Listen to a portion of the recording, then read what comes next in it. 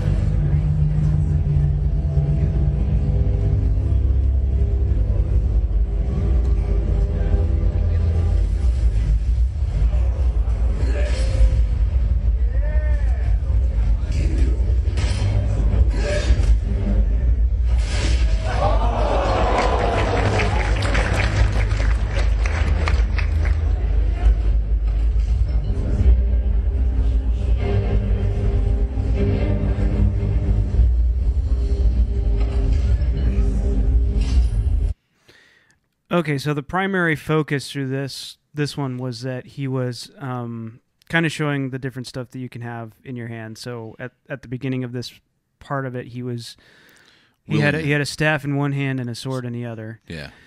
And then he was showing in the second kind of part of that was that you can dual wield magic. He had found like a ruined stone, I think is what he said. And it was a new spell. And the spell was fireball. And so he was showing that with spells like fireballs, oh hey, sorry, but with the spell like fireball, you have to charge it up. You can't just call on it and use it like lightning or frost or anything like that. And you could call on it in one hand, left hand or right hand, and then if you call on it in both hands, then you have one large fireball. Yeah, so you can charge it up and then use it. And so this was one of those things where you get to see the versatility of the game, where you can either have weapons if you want to be more of a warrior type class, or if you want to focus more on magic, you can do that, and you can use any combination of both. This is the Hall of Stories. This is where the ancient Nords would process their dead on their way to Sovngarde, which is kind of like it's our version of Valhalla, the heaven for Nordic heroes.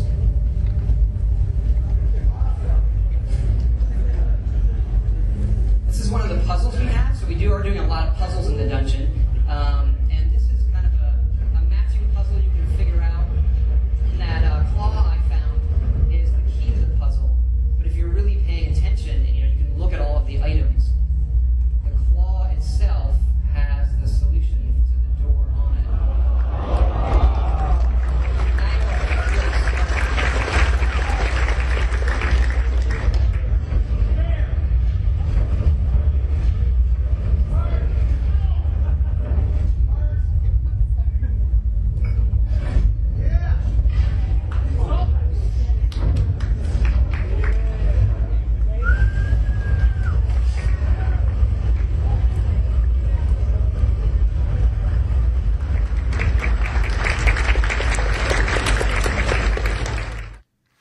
So what he's doing through this part of it is there's a door that was there, and on the door there's this like little puzzle that you have to slide the pieces in.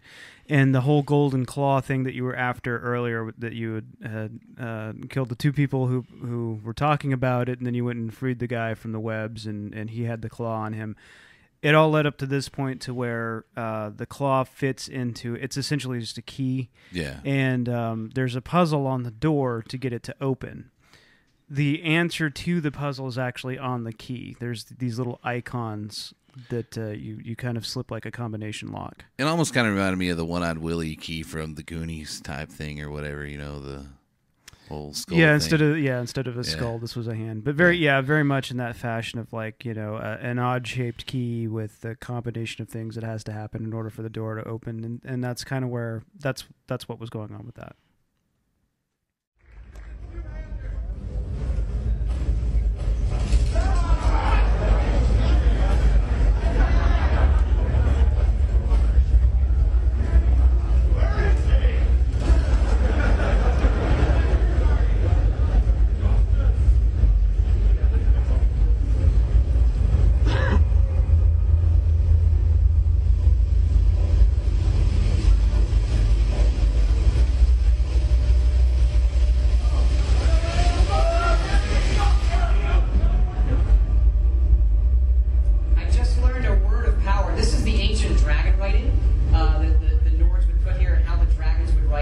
their language.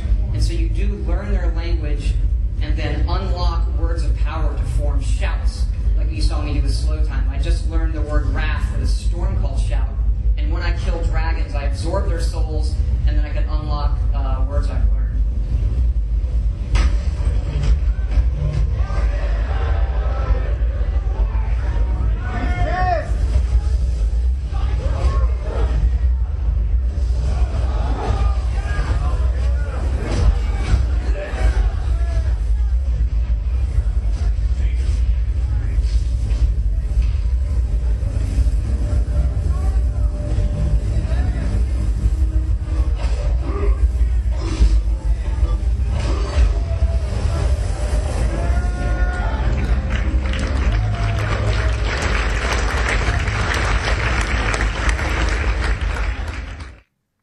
Okay, so at this point in time, he's gone through. There was a wall with some writing on it. You couldn't really make it out, and that's where he's learning the dragon language, the words in the dragon language, so you can do your shout magic.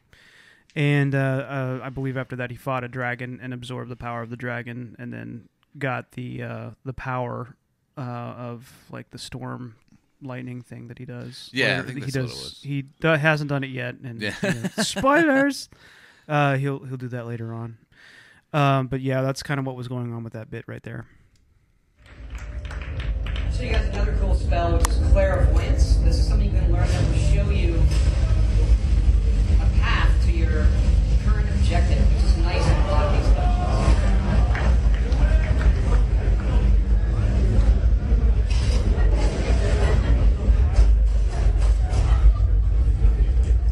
Now we're going to head out the other side of the mountain we went into, to Skyrim's tundra. This is a big open area in the middle of the province, and is home to the capital city of Whiterun, which is home to the Companions, which is like our fighters guild in the game. We do have 3 main guilds. The Companions in Whiterun, we have the Thieves Guild in the city of Riften, and then we have a really, really good quest line, and then the College of Winterhold up in the north. And then you see the city of Whiterun way off in the distance. Wow.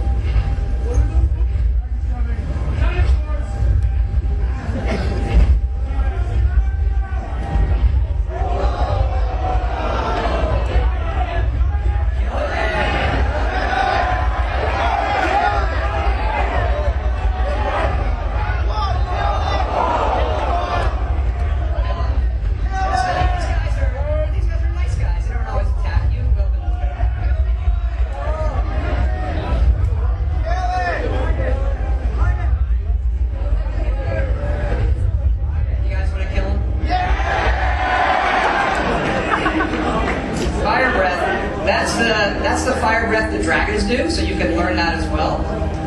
Leave that. Third person!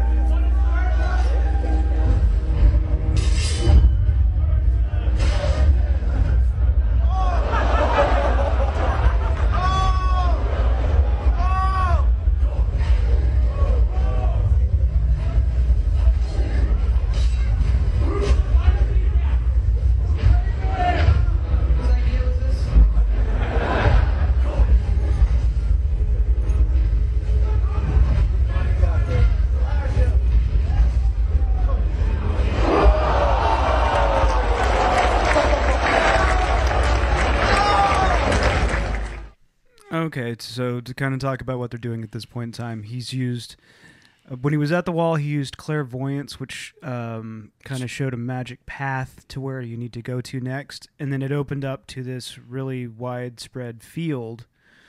And here there was like a couple of giants walking like mastodons, or it looked like woolly mammoths and some like almost like Neanderthal men, like dudes or whatever. Yeah, and so the crowd wanted him to pick a fight with those guys, and so he went after one of the woolly mammoths. Yeah, started hitting on that, and then dragon came up. Of course, he came up like attacked the woolly mammoths, and then as he's fighting the woolly mammoths and the Neanderthal men, whatever, caveman dude, whatever looking guys, dragon came up and picked up one of the Neanderthal-looking dudes and took him up in the air and then dropped him.